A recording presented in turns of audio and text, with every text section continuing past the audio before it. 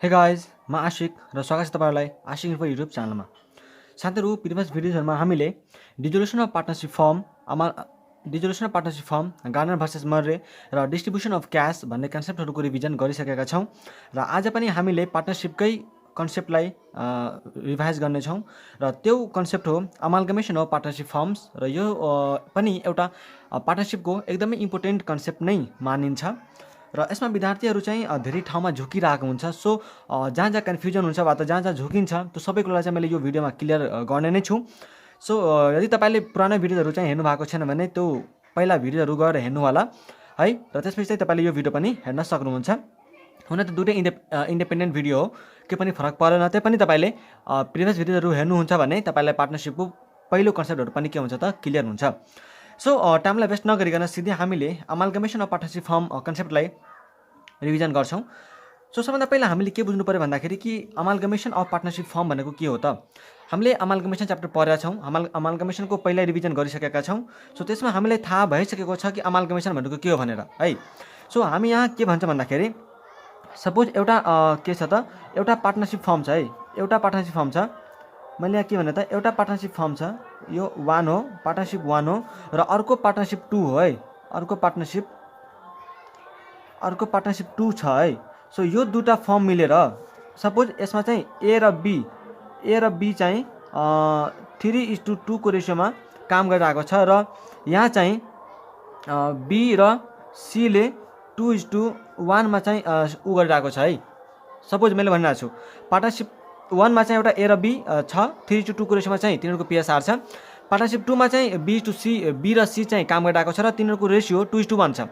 Suppose अब यो दुईटा पार्टनरसिप मिलेर यदि एउटा पार्टनरसिप बन्छ भने त्यसलाई नै हामीले के भन्छौँ त अमाल्गमेसन अफ पार्टनरसिप फर्म भन्छौँ। त्यो दुईटा पार्टनरसिप मिलेर एउटा पार्टनरसिप बन्यो भने त्यसलाई हामीले के भन्छौँ त पार्टनरसिप फर्म भन्छौँ, अमाल्गमेसन अफ पार्टनरसिप फर्म भन्छौँ। सो अमाल्गमेसन हुँदा हामीले के कस्ता ट्रिटमेन्टहरू गर्नुपर्ने हुन्छ त त्यो चाहिँ हामीले डिस्कस गर्नेवाला छौँ। सो यो दुईटा पार्टनरसिप मिलेर के हुने भयो त एउटा नयाँ पार्टनरसिप फर्म बन्ने भयो, एउटा नयाँ पार्टनरसिप फर्म बन्ने भयो। ठिक छ, यो दुईटा पार्टनरसिप बनेर मिलेर के बन्ने भयो त एउटा नयाँ पार्टनरसिप फर्म बन्ने भयो र अब यसको रेसियो कति हुन्छ त A:B:C गऱ्यो भने 3:2:1। ठिक छ, त्यसरी चाहिँ हुन्छ है। सो हामीलाई क्वेसनमा चाहिँ यो सबै कुराहरू दिएको हुन्छ। त हामीले बुझ्नु के पर्यो भन्दाखेरि कि बुक्स अफ ओल्ड कम्पनी र बुक्स अफ न्यू कम्पनीमा चाहिँ के कस्ता ट्रिटमेन्ट गर्ने त, किनकि यो पार्टनरसिप 1 र पार्टनरसिप 2 त अब के भयो डिजल्भ भयो र नयाँ पार्टनरसिप के भयो त बन्यो हैन र।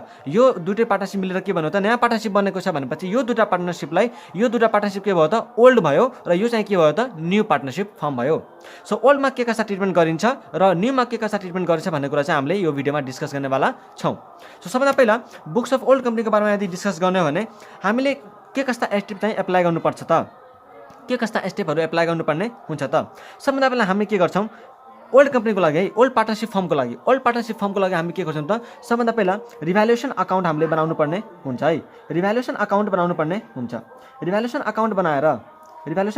बनाउँछौँ। ठिक छ, रिभ्यालुएसन अकाउन्ट बनाउँदा हामीलाई थाहा छ है, यो रिभ्यालुएसन अकाउन्ट चाहिँ मलाई सिकाइराख्नु पर्दैन। जति पनि एसेट इन्क्रिज भएको छ त्यसलाई चाहिँ हामीले यहाँ लेख्छौँ, लायबिलिटिज डिक्रिज भएको छ भने त्यसलाई यहाँ लेख्छौँ, एसेट डिक्रिज भयो भने यहाँ लेख्छौँ, लायबिलिटिज इन्क्रिज भयो भने यहाँ लेख्छौँ। त्यो सबै कुरो गरिसकेपछि अरू कुनै प्रोभिजन छ भने यहाँ हामी लेख्छौँ। ठिक छ, त्यो सबै गरिसकेपछि यहाँ हाम्रो कि त हाम्रो रिभ्यालुएसन लस आउँछ कि त हाम्रो के आउँछ रिभ्यालुएसन प्रफिट आउँछ है। यही दुईटामध्ये के आउँछ, यो रिभ्यालुएसन लस आए पनि हामी के गर्छौँ त पार्टनर्सलाई बाँडिदिन्छौँ, रिभ्यालुएसन लस आए पनि पार्टनर्सलाई बाँडिदिन्छौँ, रिभ्यालुएसन प्रफिट आए पनि हामी के गर्छौँ त पार्टनर्सलाई बाँडिदिन्छौँ। हो, यही हो हाम्रो अहिलेसम्म परेको त। ओके, रिभ्यालुएसन प्रफिट आए पनि हामीले पार्टनरलाई बाँड्छौँ, लस आए पनि पार्टनरलाई बाँड्छौँ। यो रिभ्यालुएसन अकाउन्ट बनाइसकेपछि हामीले बनाउनु पर्छ एउटा partners capital account. Partners capital account बनाउँदा हामीलाई थाहा छ पार्टनर्स क्यापिटल अकाउन्ट बनाउँदा यो मैले चाहिँ ओल्डको बारेमा कुरा गर्दैछु है, बुक्स अफ ओल्ड फर्मको बारेमा यदि कुरा गर्ने हो भने हामीले दुईटै ओल्ड फर्ममा के गर्नुपर्छ त रिभ्यालुएसन अकाउन्ट बनाउनुपर्छ।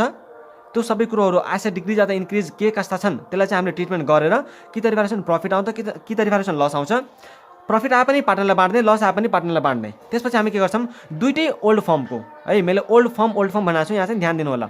अब ओल्ड फर्मको हामीले के गर्छौँ त पार्टनर क्यापिटल अकाउन्ट बनाउँछौँ। ठिक छ, क्यापिटल अकाउन्ट बनाउँदा हामीले के गर्छौँ त A, B र C सब है, दुईटा ऊ बन्छ, रिभ्यालुएसन अकाउन्ट पनि पार्टनरसिप 1 को छुट्टै बन्छ र पार्टनर्स क्यापिटल अकाउन्ट पनि पार्टनरसिप 1 को छुट्टै बन्छ है। त्यस्तै पार्टनरसिप 2 को पनि रिभ्यालुएसन अकाउन्ट छुट्टै र पार्टनर्स क्यापिटल अकाउन्ट छुट्टै, ठिक। सो त्यसरी गर्नुहुन्छ तपाईँहरू। त मैले 1 को कुरा गरेँ भने एबी, त्यस्तै एबी र अब के गर्छौँ, यहाँ पनि प्रफिट आएको थियो भने ए र बीलाई बाँडिन्छ, यहाँ पनि लस आयो भने ए र बीलाई बाँडिन्छ। त्यसो हामीले के गर्छौँ त, यहाँ बाई ब्यालेन्स बिडीहरू हैन, बाई ब्यालेन्स बिडी त्यसको कति छ, पार्टनरसिप फर्म 1 मा ए र बीको चाहिँ कति क्यापिटल छ, त्यस्तै केही रिजर्भहरू छ भने हामीले बाँडिदिन्छौँ हैन, केही रिजर्भहरू छ भने बाँडिदिन्छौँ, रिजर्भ एन्ड सरप्लस। त्यस्तै प्रफिट एन्ड लसहरूको केही सेयर बाँड्नु छ भने त्यो पनि बाँडिदिन्छौँ, या त डेबिट ब्यालेन्स छ भने हामीले यतातिर लेख्छौँ to profit and loss account, ठिक छ। केही कुरा घटाउनु पर्ने छ भने यता हामीले लेखिदिन्छौँ। त्यो सबै कुरो गरिसकेपछि यसको के हुन्छ त, एउटा लास्टमा ब्यालेन्सिङ फिगर आउँछ हैन, टु पार्टनर्स क्यापिटल अकाउन्ट भनेर एउटा ब्यालेन्सिङ फिगर आउँछ। त्यसलाई चाहिँ हामीले कता ट्रान्सफर गरिदिन्छौँ त, न्यू पार्टनरसिप फर्ममा हामीले ट्रान्सफर गरिदिन्छौँ।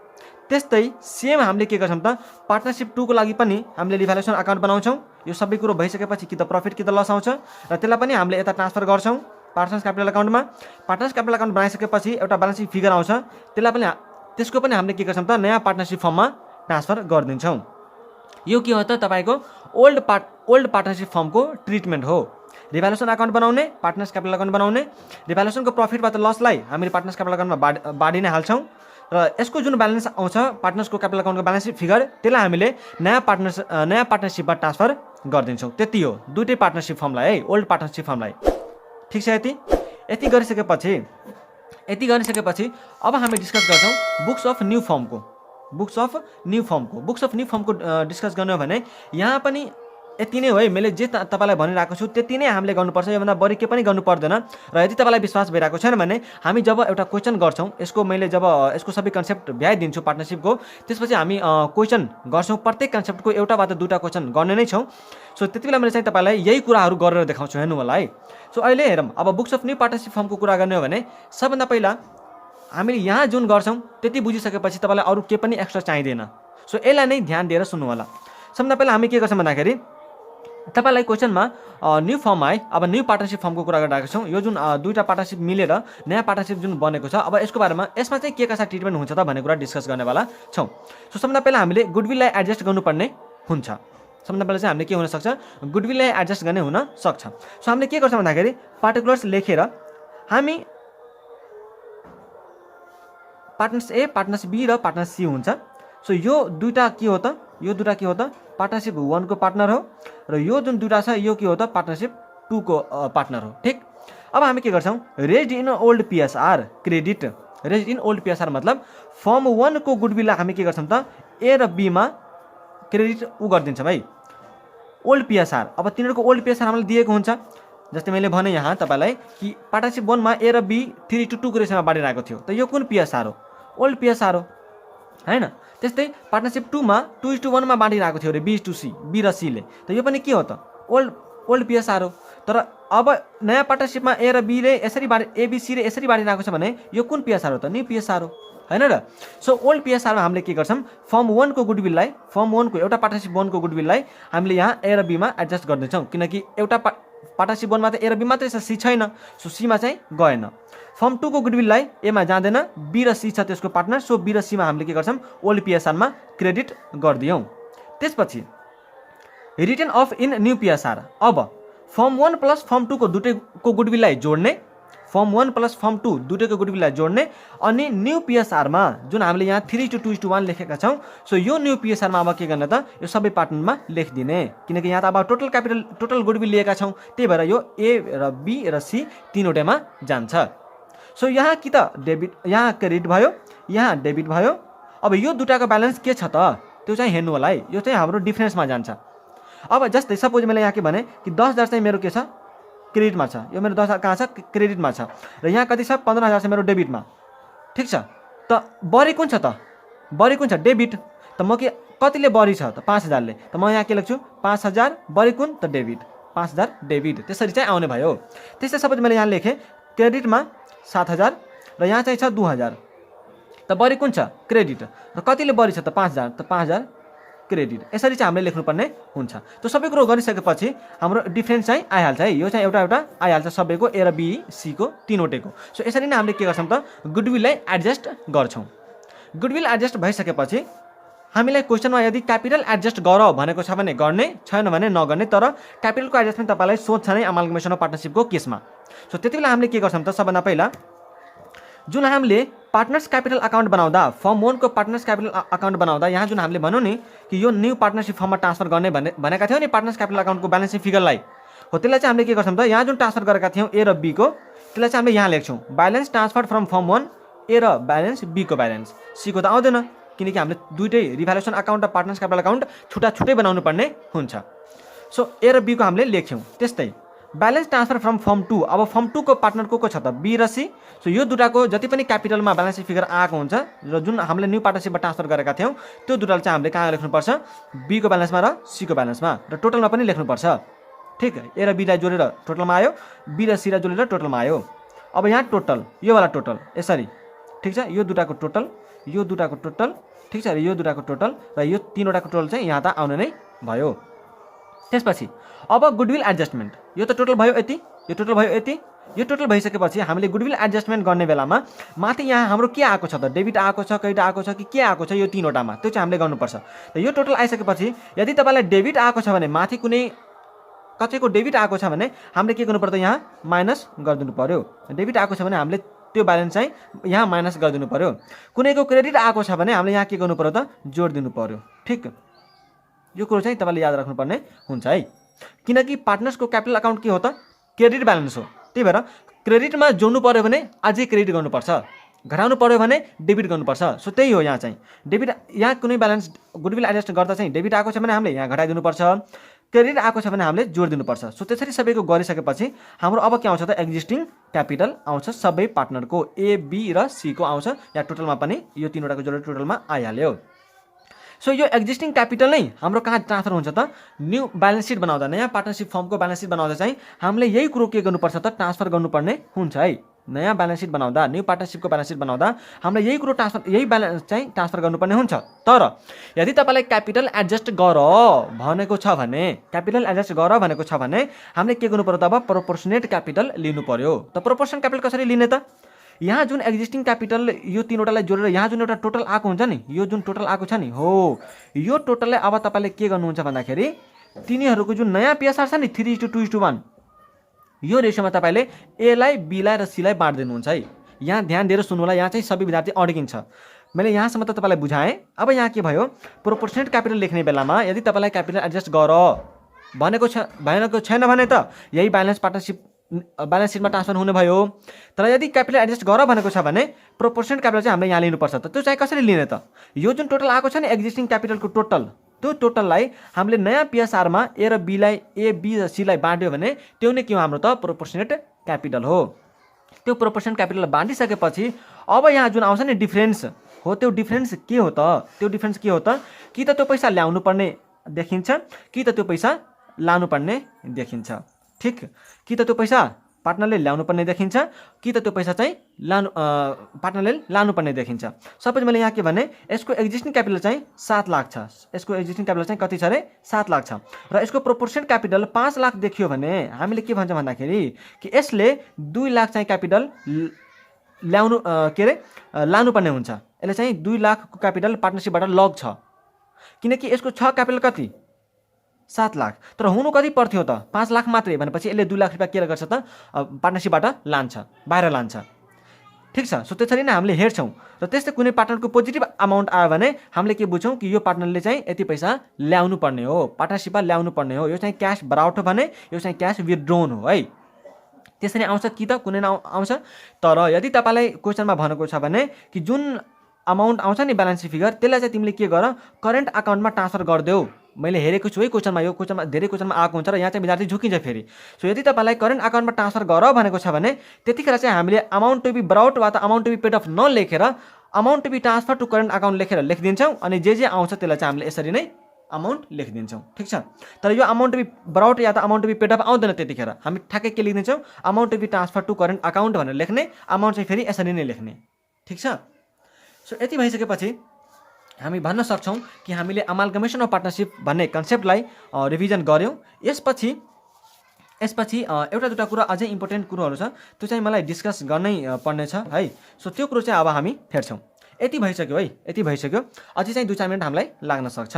सो मैले अब एउटा कन्सेप्ट के भन्न चाहेँ कि सपोज यो P1 हो, मतलब पार्टनरसिप फर्म 1 हो र यो पार्टनरसिप फर्म 2 हो, ठिक छ। यहाँ चाहिँ एउटा दुईवटा कुरा आउन सक्छ है, यहाँ ध्यान दिएर तपाईँले सुन्नु होला, ठिक छ। सो अब यहाँ के हुनसक्छ भन्दाखेरि हामीले एसेटहरू लायबिलिटिजहरू चाहिँ गऱ्यौँ, एसेट ल्याएको इन्ट्री लायबिलिटिजहरू ल्याएको इन्ट्री चाहिँ तपाईँले गर्न सक्नुहुन्छ मजाले, ठिक छ।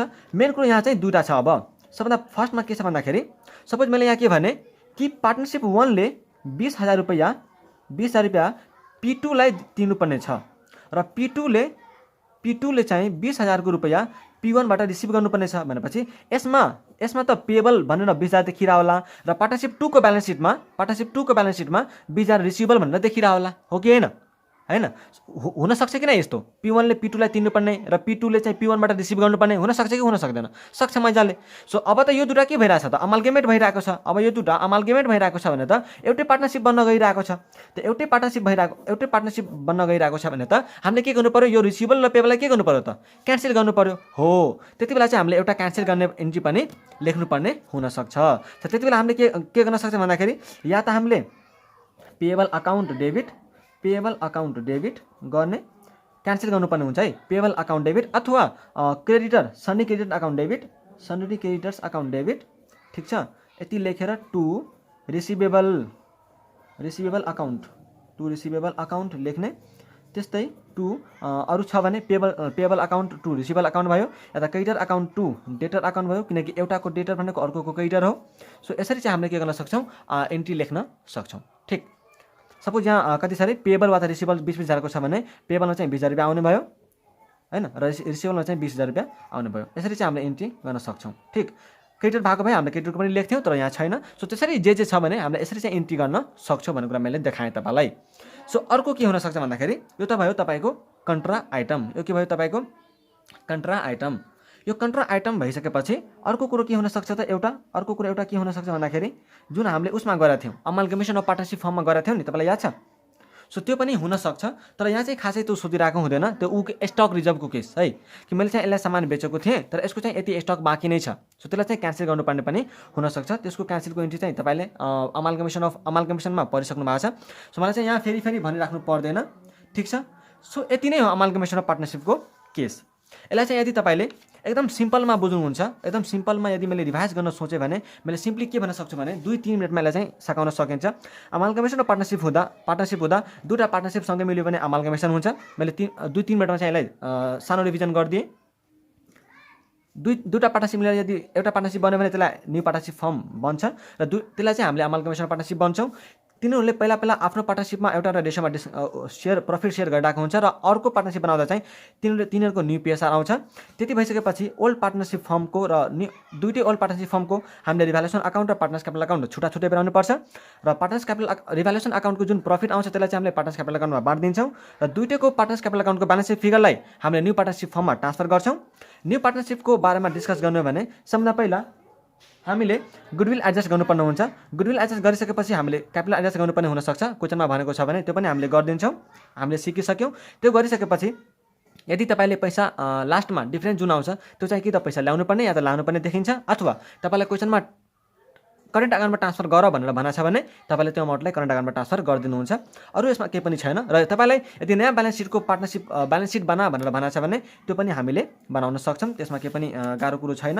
र तपाईँलाई यदि कुनै त्यस्तो पेबल वा त रिसिभेबल दुईटैको कन्ट्रा आइटम छ भने त्यो कन्ट्रा आइटमलाई पनि हामीले क्यान्सल गर्न सक्छौँ यो एन्ट्री पास गरेर, ठिक छ। सो यति नै हो अमाल्गमेसन अफ पार्टनरसिप फर्म। आजलाई हामीले यति नै गर्छौँ। Thank you so much for watching this video.